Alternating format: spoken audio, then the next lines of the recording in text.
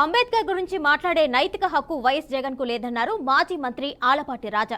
గుంటూరు జిల్లా తెనాలి మండలం కంచర్లపాలెం గ్రామం మీదుగా ఆలపాటి 8వ రోజు పాదయాత్ర కొనసాగింది. దళితుడిని చంపి డోర్ డెలివరీ చేసిన వ్యక్తిని పక్కనే కూర్చోపెట్టుకున్న వ్యక్తికి అంబేద్కర్ విగ్రహాన్ని ఆవిష్కరించే అర్హత ఎక్కడదని ప్రశ్నించారు.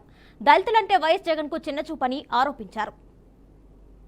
ఈనాడు విగ్రహాలు పెట్టి ఓట్లు దోచుకునే కార్యక్రమం తప్పితే ఆయన యొక్క స్ఫూర్తిని ఎప్పుడైనా తీసుకెళ్లావా అని చెప్పి నేను అడుగుతా ఉన్నా. అత్యున్నతమైనటువంటి సంస్కారం కలిగినటువంటి జ్ఞానవంతుడైనటువంటి ఆయన అంబేద్కర్ గారి పేరు పెడితే నీకోసం ఎన్నో వేల కిలోమీటర్లు తిరిగిన చెల్లి ఎక్కడుందా అని చెప్పి నేను అడుగుతా ఉన్నా. బైబిల్ పట్టుకొని తిరుగుతూ నా అన్నని, నా తమ్ముడిని, లేకపోతే నా బిడ్డని అక్రమంగా జైల్లో పెడతారంటే ఆ రోజున ప్రజలు నమ్మారు. ఇవాళ ఎవ్వరు కూడా నమ్మేవాళ్ళు లేరు. ఇవాళ కోడికత్తి సీని విషయంలో చాలా చాలా స్పష్టంగా అవగాహన అవుతా ఉంది.